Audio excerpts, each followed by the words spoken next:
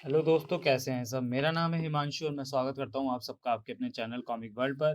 तो चलिए दोस्तों, शुरू करते हैं राज कॉमिक्स में एंथनी सीरीज की कॉमिक टिट फॉर टैट का तीसरा और अंतिम भाग।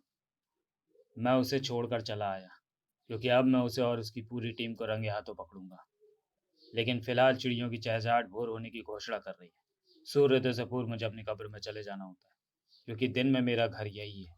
और फिर मेरी आत्मा को वापस मेरे देवते किंग के पास लौटना होता है, जो उस वक्त तक बेहोश रहता है जब तक कि मैं एंथनी के रूप में कब्र से बाहर होता हूँ। मेरी आत्मा किंग के शरीर में पहुंचती है तो वो जागता है। Good morning mom. Good morning king बेटे। मेरे लिए प्रकृति ने ही बनाया है ये नियम। मैं इस नियम से तब तक बंधा रहूंगा जब तक अपराध इस धरती पर जिंदा रहेगा। मम्मी, 10 कब बजेंगे? आज से एशियन गेम्स फुटबॉल मैच शुरू होंगे। 10 तो 10 बजे ही बजेंगे, पर फिलहाल तुम ब्रश करो और नहा धोकर नाश्ते के लिए तैयार हो जाओ। फुटबॉल मुझे भी बहुत पसंद है। हम दोनों बैठकर एक साथ देखेंगे। नेपाल और मलेशिया की टीमों के बीच होने वाला पहला football tournament match. Hurray! Match शुरू होने वाला है। लो, प्रिंस भी आ गया। काव! आज 4 टीमों के बीच 2 मैच होंगे। कल अफगानिस्तान और अजरबैजान की फुटबॉल टीमों के बीच मैच होगा और मुझे ये सारे मैच ही देखने हैं। इसके अलावा भारत की हॉकी टीम के मैच भी मैं देखूंगा। दिन पर किंग का पूरा अधिकार था, लेकिन रात एंथनी के लिए थी। शायद मुझे रात को ही बाहर आने की शक्ति इसलिए ही मिली है। का क्योंकि अपराध भी रात को ही करवट लेकर जागता है। दुकान का शटर लोहे के तारों से बांध दिया है।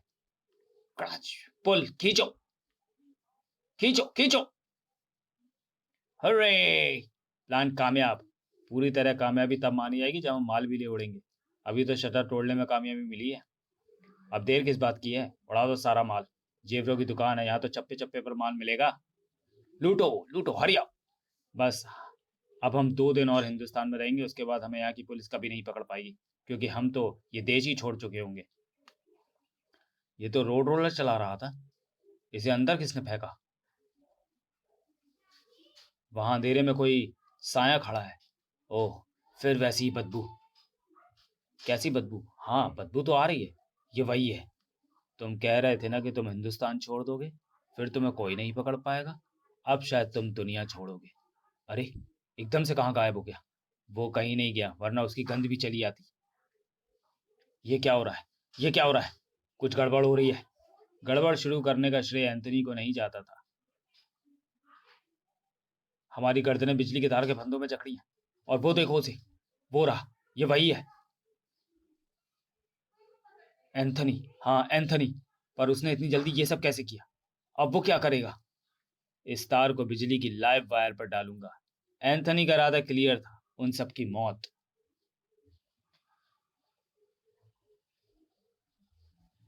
चोरी की सजा मौत नहीं होनी चाहिए।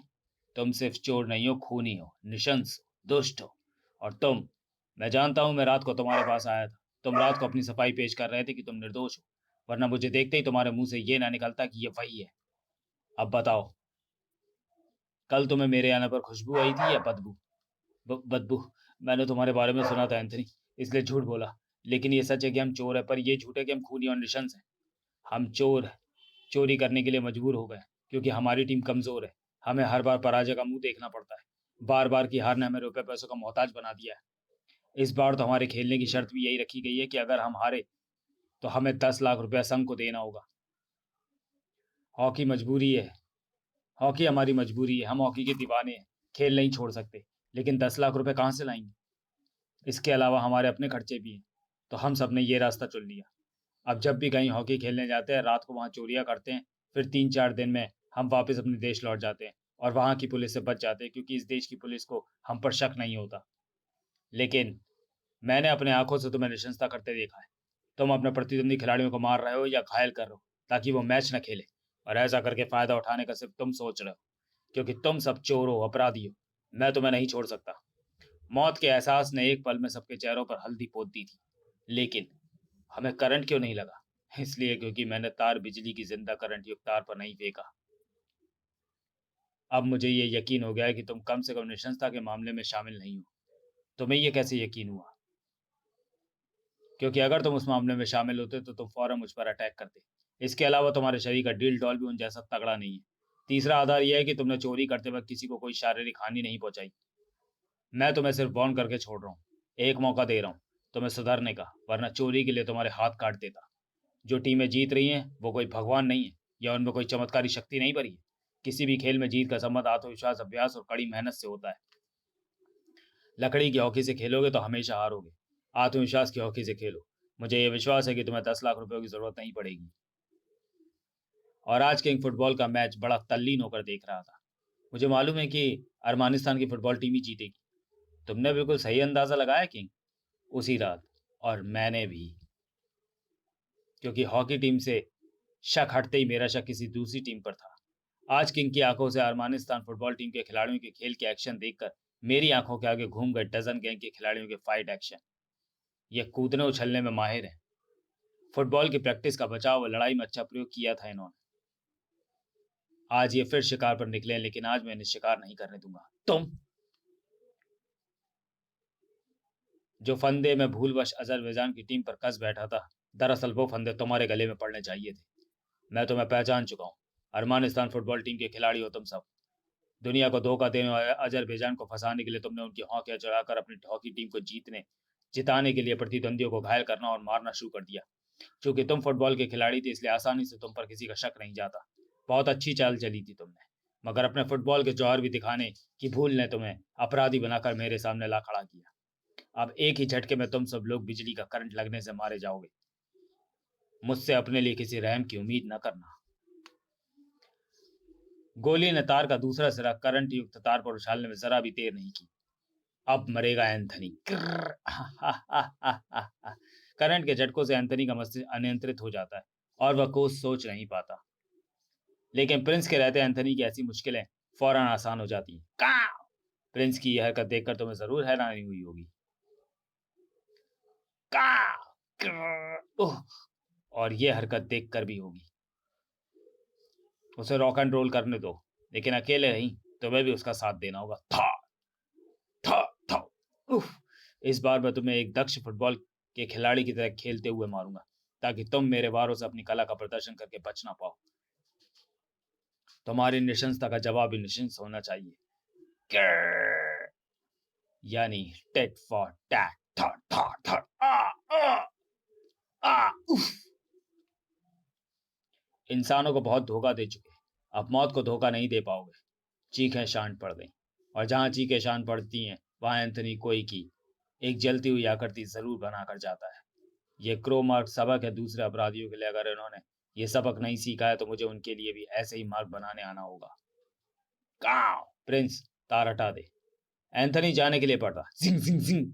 मेरे साथियों को खत्म करके नहीं जा पाएगा तू। मुझे हैरानी है कि तू अभी भी जिंदा है, लेकिन मार तो तू मुझे भी नहीं पाएगा। ये दूसरी बार भी बच गया।